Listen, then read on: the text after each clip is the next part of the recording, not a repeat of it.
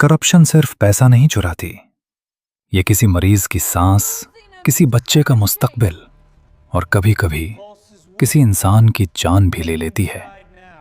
आज हम एक ऐसे गुनाह की बात कर रहे हैं जो सिर्फ दुनियावी जुर्म नहीं, बल्कि अल्लाह के नज़दीक बहुत बड़ा जुल्म और फसाद है। करप्शन यानी दूसरों का हक छीनना और नाइंसाफी से माल हासिल करना। सोचें, एक मरीज अस्पताल में आता है, उसके इलाज के लिए जो पैसा होना चाहिए था वो करप्शन की नजर हो जाता है, उसे इलाज नहीं मिलता और वो मरीज दम तोड़ देता है।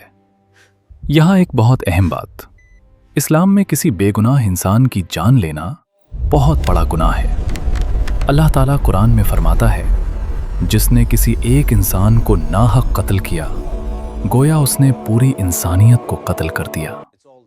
यानी अगर किसी की वजह से किसी की जान गई तो ये मामला बहुत संगीन हो जाता है। अगर किसी की करप्शन की वजह से किसी की मौत वाक़ई हो जाए तो वो सिर्फ माली खयानत नहीं रहती, बल्कि उसके अंदर जुल्म, हक तलफी और एक जान के ज़या का गुनाह भी शामिल हो जाता है।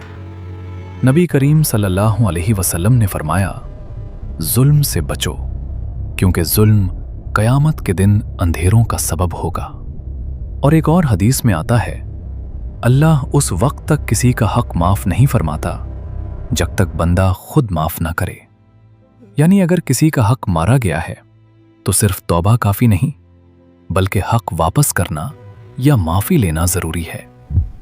करप्शन सिर्फ पैसा नहीं खाती, ये जिंदगी छीन सकती है, ख्वाब तोड़ सकती है और पूरा मुआशरा तबाह कर सकती है। इस्लाम में ये बात याद रखें, अल्लाह ताला बेहद रहीम है, वो हर गुनाह माफ कर सकता है अगर सच्ची तौबा हो।